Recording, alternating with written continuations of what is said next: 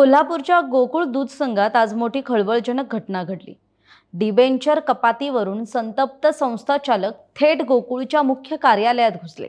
कपात केलेले पैसे परत करा, अन्यथा आंदोलन तीव्र करू, असा स्पष्ट इशारा त्यांनी दिला। गोकुळ दूध संघाने दूध उत्पादक संस्थांना देण्यात येणाऱ्या फरक बिलातून 15% तब्बल 40% रक्कम ही डिबेंचर पोटी कपात केली आहे।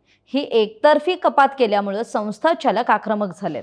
त्यांनी आज गोकुळ शिरगाव इथल्या मुख्य कार्यालयात थेट प्रवेश करून कार्यकारी अधिकारी योगेश गोडबोले यांना घेराव घातला। संस्था चालकांनी अशी मागणी केली आहे की डिबेंचर कपात केलेली संपूर्ण रक्कम ही 10 ऑक्टोबर पूर्वी परत द्या, अन्यथा दिवाळी पूर्वी तीव्र आंदोलन छेडलं जाईल।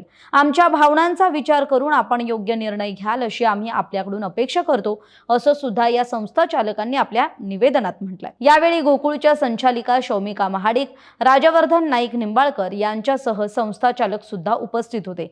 संस्था चालकांचं यावेळी म्हणणं होतं की 136 कोटींच्या फरक बिलातून कोणतीही पूर्वसूचना न देता 40% रक्कम ही कपात करण्यात आली आहे। आम्हाला विश्वासात न घेता केलेली ही कारवाई अन्यायकारक आहे। संपूर्ण फरक बिल तात्काळ देण्यात यावं।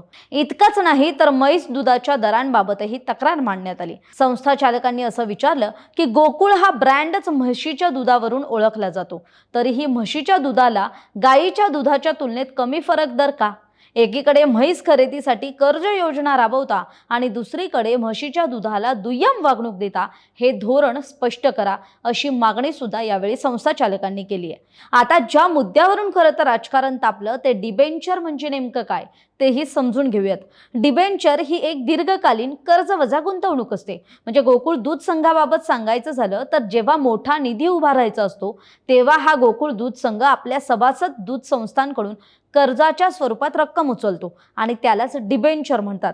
प्राथमिक दूध संस्थांच्या दृष्टीने विचार केल्यास डिबेंचरमध्ये गुंतवणूक करताना त्यांचं भांडवल खेळतं आणि दीर्घकालीन अडकू नये यासाठी त्यांनी खबरदारी घेत असतील तर त्यात काही अयोग्य नाही। त्यामुळे दूध संघ सुस्थितीत असताना डिबेंचर पोटी इतकी रक्कम कपात करण्यामागचं नेमकं कारण काय याचं स्पष्टीकरण खरं तर गोकुळ दूध संघानं सभासद दूध संस्थांना दिलं पाहिजे, असं चार्टर्ड अकाउंटंट अजय शेडबाळे यांनी म्हटलंय।